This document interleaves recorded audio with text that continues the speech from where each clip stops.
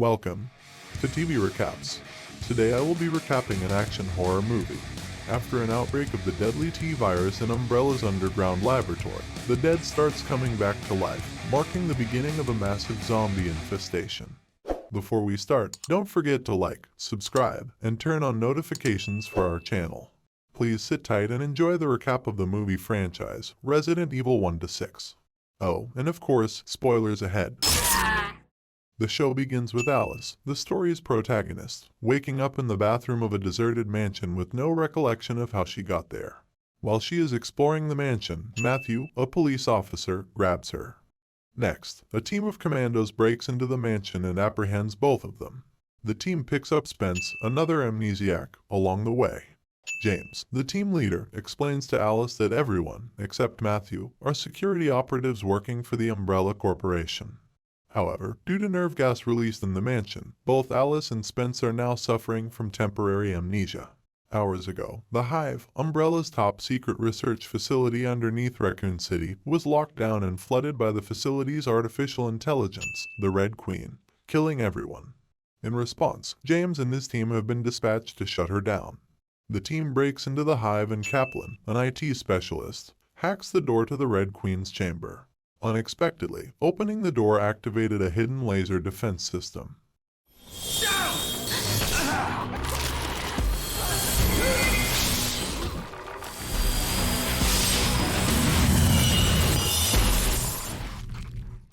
Kaplan finally deactivates the lasers, and they continue with the mission to shut down the Red Queen. Unbeknownst to them, a thief had broken into the Hive earlier to steal the T-virus.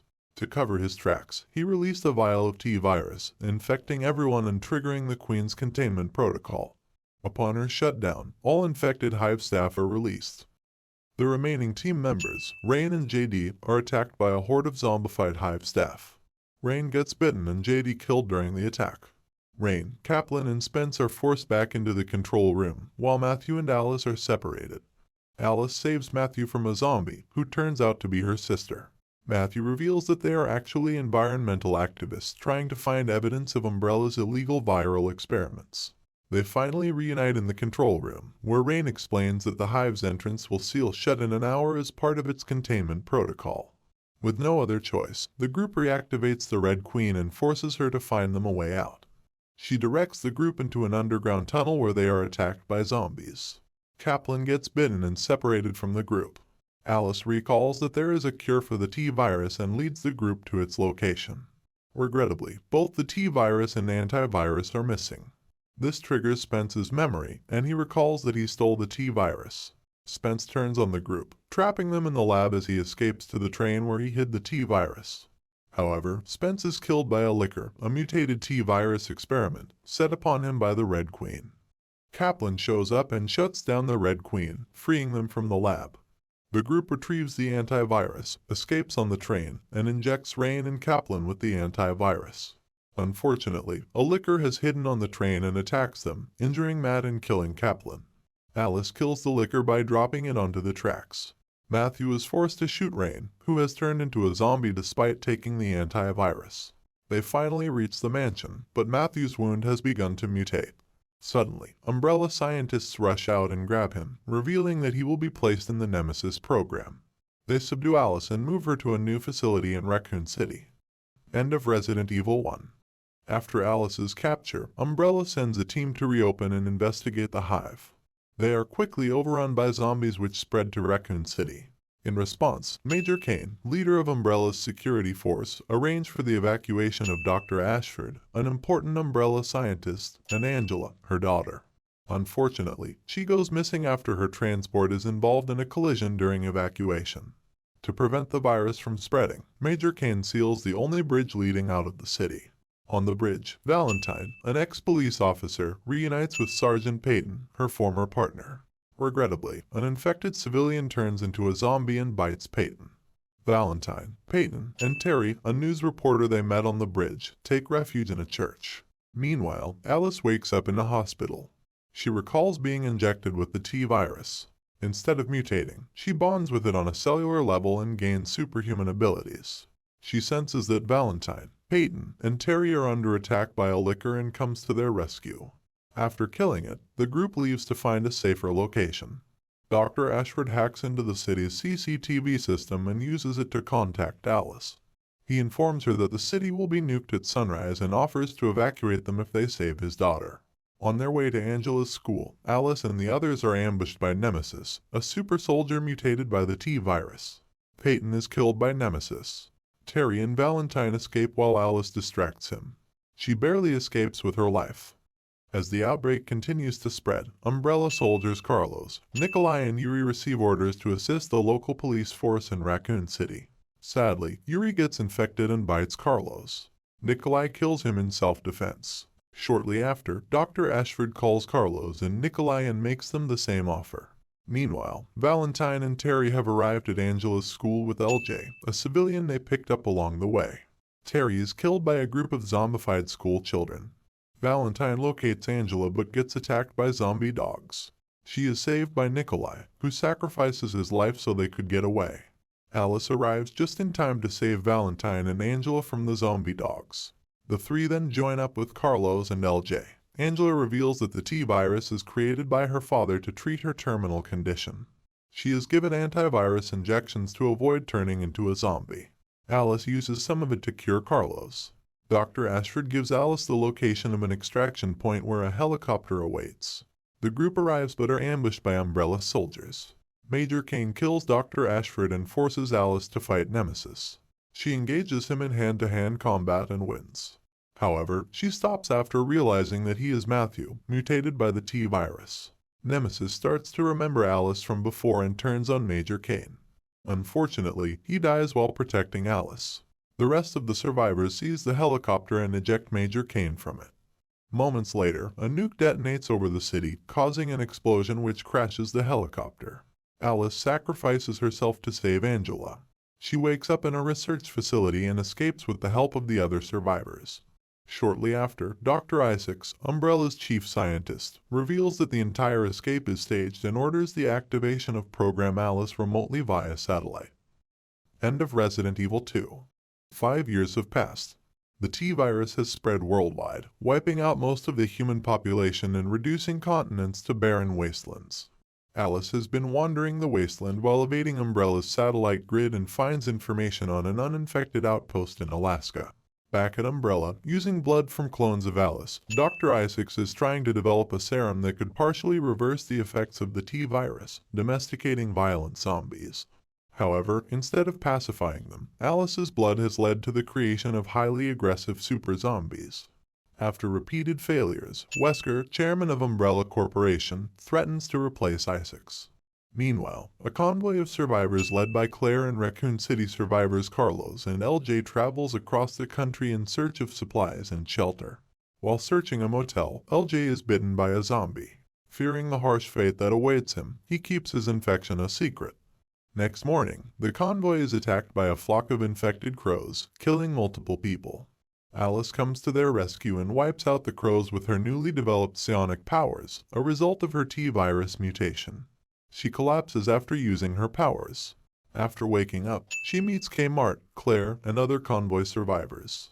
Alice tells Claire about the uninfected Alaska outpost, who informs the rest of the convoy. The group votes to travel to Alaska. Before making such a long journey, they need to resupply at Las Vegas. Unbeknownst to the group, psionic activity from Alice has been detected by Isaac's new AI system, the White Queen, and she manages to triangulate her location. To capture Alice for his research, Isaac sends his super zombies to ambush the convoy, defying Wesker's orders. During the attack, most of the convoy are killed, and LJ succumbs to his infection, biting Carlos before he kills him. Mid-fight, Isaac shuts Alice down via satellite. However, she manages to break free from Umbrella's control and tracks Isaac down to a tentage nearby. He manages to escape but not before getting bitten by a zombie in the process. Alice, Kmart, Claire, and Carlos track the helicopter's flight path back to Umbrella's underground facility, which is completely surrounded by zombies. To clear a path for the rest, the infected Carlos sacrifices himself and drives an oil tanker rigged with explosives into the zombie horde. Alice drives through the wreckage to the helicopter, which the remaining convoy survivors use to fly to Alaska. Alice stays behind to confront Isaacs. She meets the White Queen, who tells her that Isaac has mutated into a monster and killed everyone in the facility. Alice continues to the lower levels and encounters one of her clones, where she is attacked by the mutated Isaac. She pursues him into a replica of the mansion and the hive. The battle continues into the laser room, where Isaac is sliced into pieces with the laser grid, activated by Alice's now awakened clone. Hours later, Alice appears at an Umbrella board meeting and vows to come for Wesker with the help of her clones, who she has awakened in the facility. End of Resident Evil 3. 4 years later, Alice and her clones initiate the assault on Umbrella's Tokyo HQ.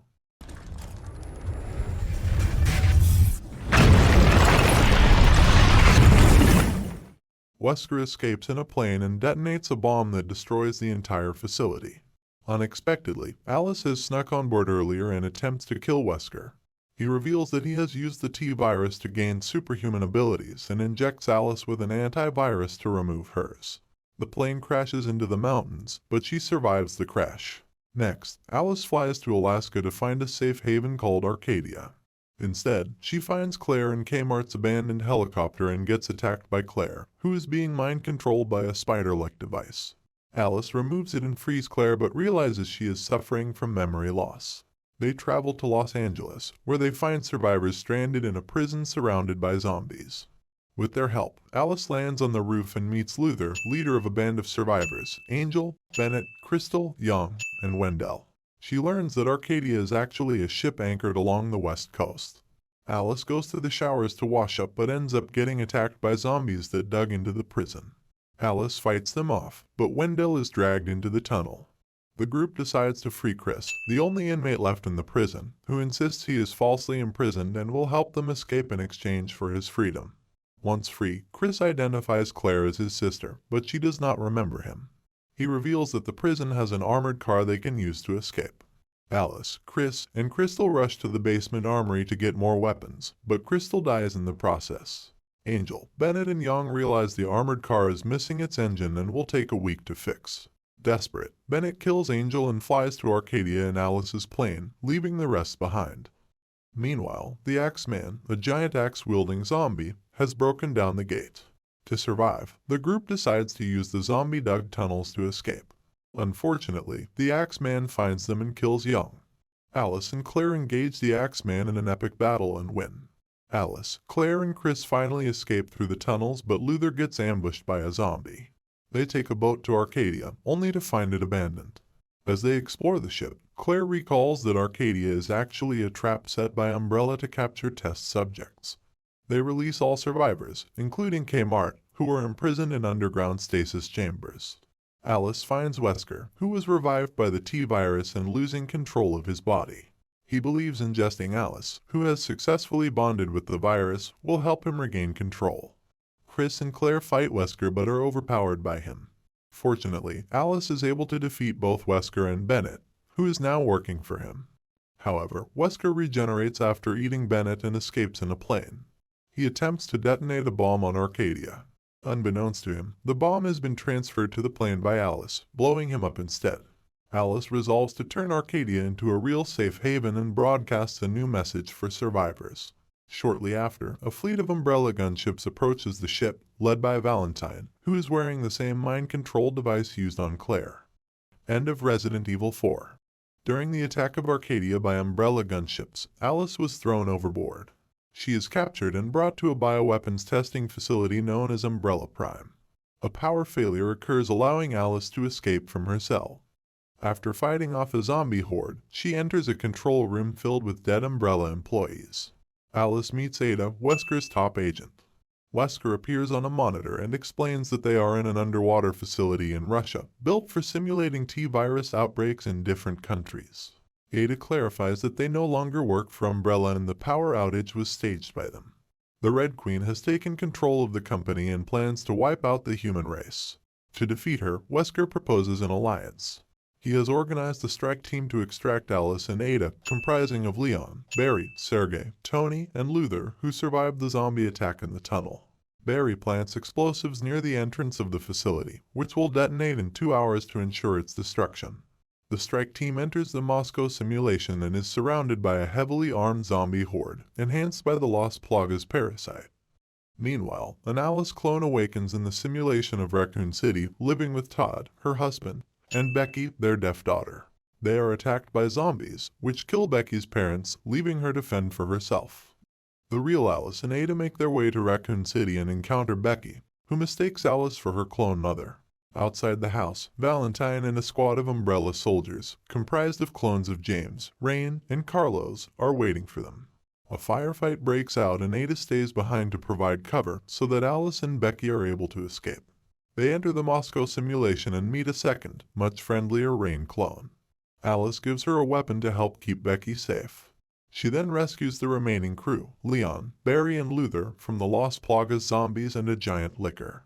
The group reaches the elevators. Unfortunately, the licker catches up to them, captures Becky, kills Rain, and injures Barry.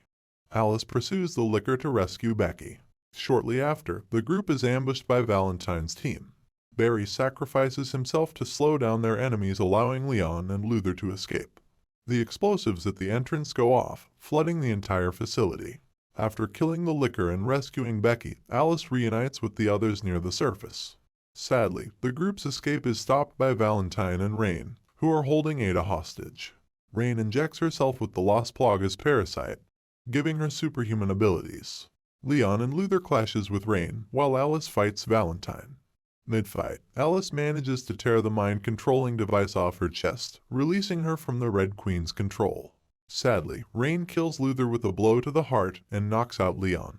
To defeat Rain, Alice breaks the ice under her feet, dropping her into a sea of zombies. Alice and the remaining survivors are rescued and flown to the White House. She meets Wesker in the Oval Office, where he injects her with the T-virus, returning her superhuman abilities. On the roof, Wesker explains that humanity is making their final stand against the Red Queen, who is determined to wipe out the human race. End of Resident Evil 5.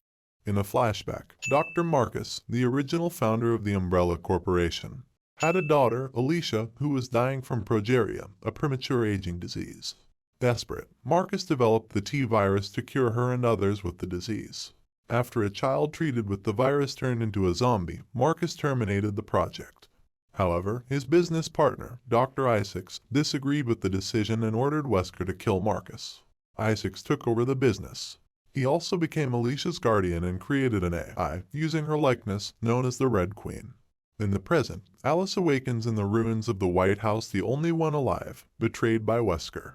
The Red Queen appears and informs Alice that the last human settlement will be destroyed in 48 hours. To save them, she needs to infiltrate the hive in Raccoon City and steal Umbrella's new airborne antivirus, which will kill everything infected by the T-virus. On the way there, Alice is captured by Isaacs and learns that the previous one she killed was a clone. She manages to overpower Isaac and escape on an Umbrella motorcycle. In Raccoon City, Alice is stopped at a tower by a group of survivors, Doc, Abigail, Razor, and Claire, who survived the attack on Arcadia. Alice helps them mount a defense against Isaacs and his zombie army.